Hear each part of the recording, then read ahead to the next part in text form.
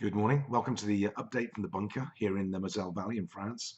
It's Thursday, 2nd of April, and just to reassure you, the T90 tanks that were on the bridge across the Moselle have now gone.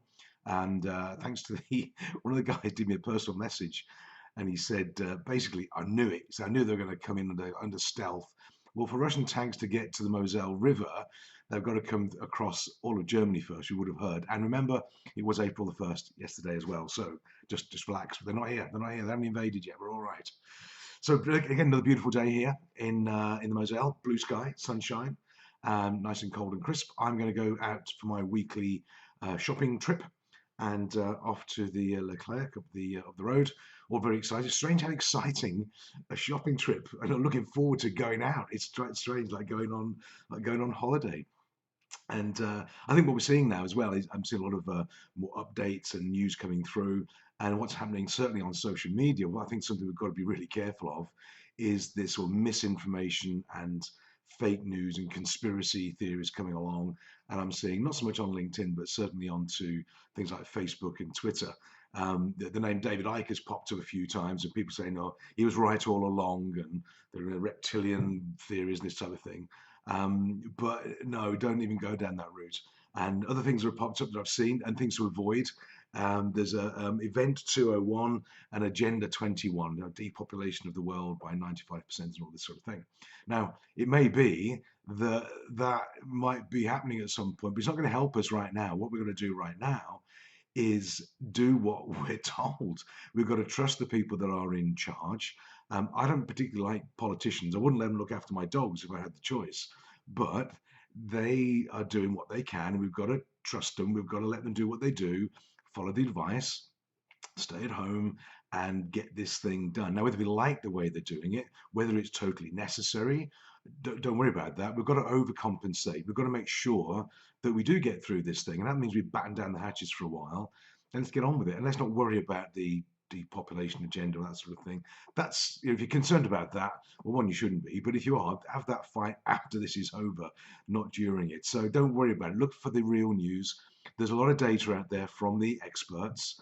And if you see some specialist on global economics who's a qualified bookkeeper somewhere, ignore, because they don't know what they're doing. They're not what they're talking about. We've got to trust the experts. We've got to look for the updates. We've got to follow the numbers, and also I think look for the encouraging news. There's encouraging news out there, not all the doom and gloom. Look for the number of survivors that are coming through this. Look for the declining rates of infection. Look for the positives, and they're already talking now in France of maybe opening up certain parts of the country for movement. Not where we are, because we're one of the most effective areas, perhaps, but also a place like Luxembourg. And they're looking to open up some of the companies, let people go back to work a little bit if they can. So things are beginning to to come along. So look for the good news and focus on it, and stop listening to the David Icke. I think it's quite entertaining. I mean, if you want to laugh, go David Icke on ICKE, David Icke on YouTube. And I just hope he's not right. He's sort of listen to it and go, wow, I hope he's not right. I don't think he is. And but it's good fun. If you get bored, have a look, but don't take it too seriously. And let's just hope he's not right. But follow the experts, do what we're told. We've got to be very compliant, which doesn't suit all of us, I'm afraid. But be compliant, follow the rules. Let's get through this thing, and let's have the argument after. In business, I mean, I've been through four hiccups in my career, if you like, from high inflation to high unemployment to crises of trade and all this sort of thing. And we've traded through it. I've been in different sectors. I've been in the manufacturing sector. I've been in an aviation sector.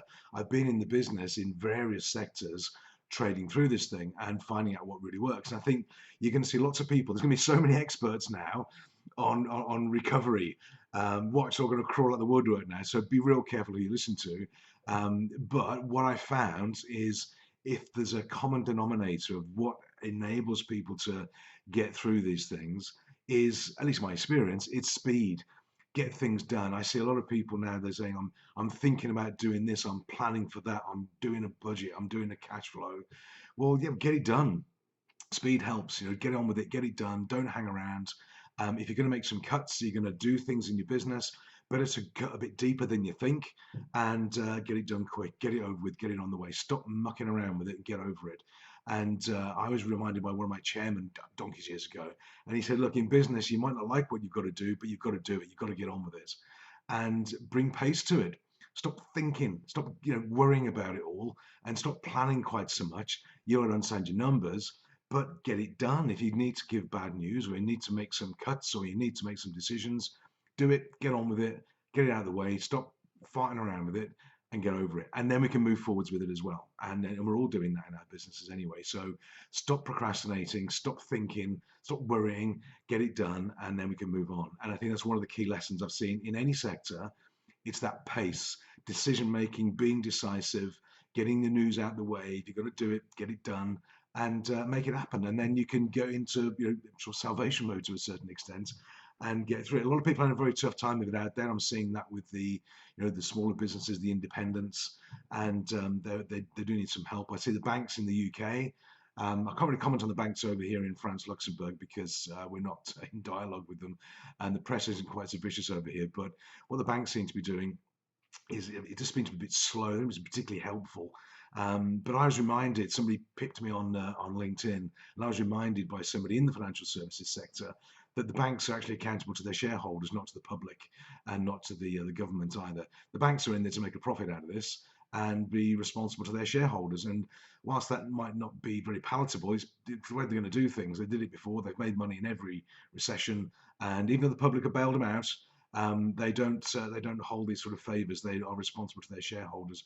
Don't expect any favors from the banks. We all know what they think they should do. Maybe some will. We hope they will. They should. They are there to help in this time of crisis. But yeah, they're responsible to their shareholders. So don't be surprised if they dig in and try and make some money out of this and make some profit.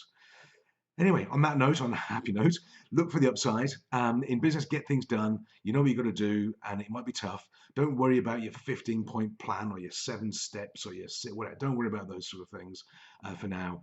You know what you've got to do. We know what we've got to do in our business. We've got to survive for 3 months, get the bad news out of the way, buckle up, get in, get it sorted, and ride it out, and have fun as well, I suppose, as much as you can, much as we can in this time of crisis. Well, I'm going to have a bit of fun today. I'm off to the shops, as I said, and really looking forward to that. So I will see you tomorrow on Friday for a quick update from the bunker.